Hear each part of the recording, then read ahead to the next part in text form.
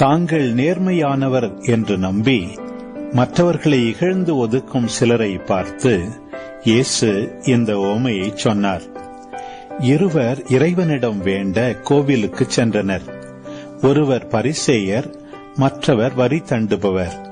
பரிசேயர் நின்று கொண்டு இவ்வாறு இறைவனிடம் வேண்டினார்: கடவுளே, நான் கொள்ளையர், நேர்மையற்றோர், விபச்சாரர் போன்ற மற்ற மக்களைப் போலவோ இந்த வரி தண்டுபவரைப் போலவோ இல்லாதது பற்றி உமக்கு நன்றி செலுத்துகிறேன்.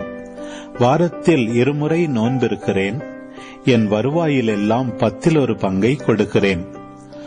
ஆனால் வரி தண்டுபவர் தொலையில் நின்று கொண்டு வானத்தை அண்ணாந்து பார்க்க கூட துணியாமல் தம் மார்பில் அடித்துக் கொண்டு, கடவுளே, பாவியாகிய என் மீது இறங்கி அருளும் என்றார். இயேசு பரிசேயர் அல்ல, வரி தண்டுபவரே கடவுளுக்கு ஏற்புடையவராகி வீடு திரும்பினார். ஏனெனில் தம்மைத்தாமே உயர்த்துவோர் தாழ்த்த பெறுவர், தம்மைத்தாமே தாழ்த்துவோர் உயர்த்த பெறுவர் என நான் உங்களுக்கு சொல்கிறேன் என்றார்.